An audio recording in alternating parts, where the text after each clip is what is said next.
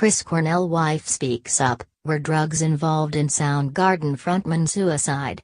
In a recent interview, Soundgarden frontman Chris Cornell's wife, Vicky Karayiannis, said that she believes her late husband's suicide wasn't intentional but rather driven by an accidental overdose of the anti-anxiety drug, Ativan.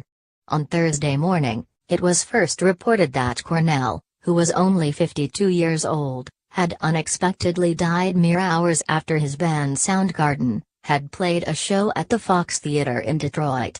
But fans were even more shocked to learn later in the day that his death was an apparent suicide, as confirmed by medical examiners investigating the grunge legend's sudden passing. According to the Associated Press, Cornell was believed to have hung himself in his room at the MGM Grand Detroit Hotel.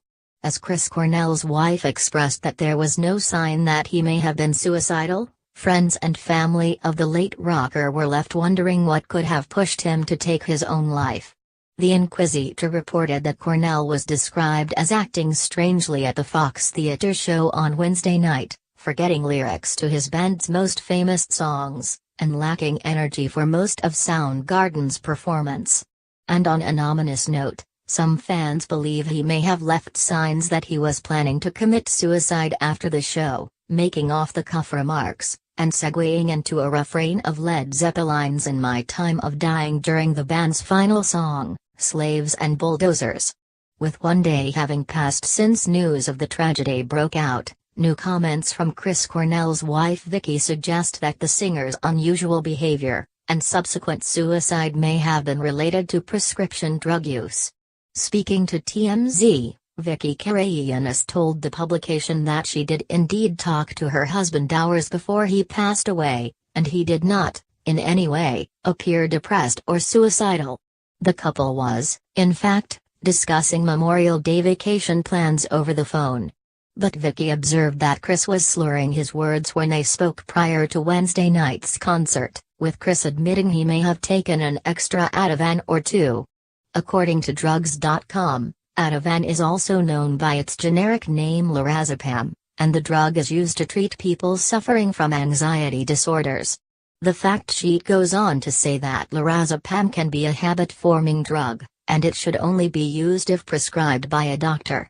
Like other addictive drugs, lorazepam Ativan can potentially result in overdoses, or even lead to death, especially if used by someone who has a history of drug abuse or addiction. In a 2006 interview with Spin, which was republished after his suicide, Cornell openly discussed his previous battles with substance abuse, having taken PCP as a young teenager, and started doing drugs again in his late 20s. His main addiction, however, was alcohol, and he would spend some time in rehab to conquer his vices.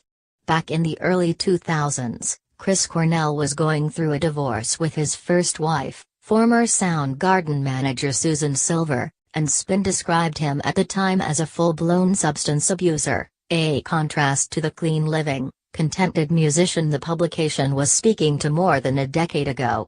Given the lengths Cornell took to beat his substance abuse problems, his wife and lawyer refused to believe that Chris may have killed himself intentionally.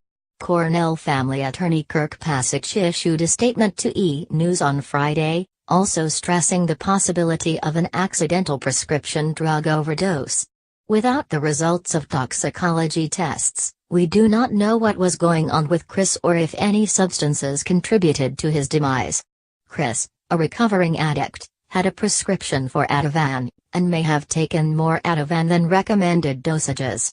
Chris Cornell and wife Vicky Karayiannis were married for 13 years at the time of his death. He is also survived by their two children, Tony and Christopher, and his daughter with first wife Susan Silver, Lillian Jean.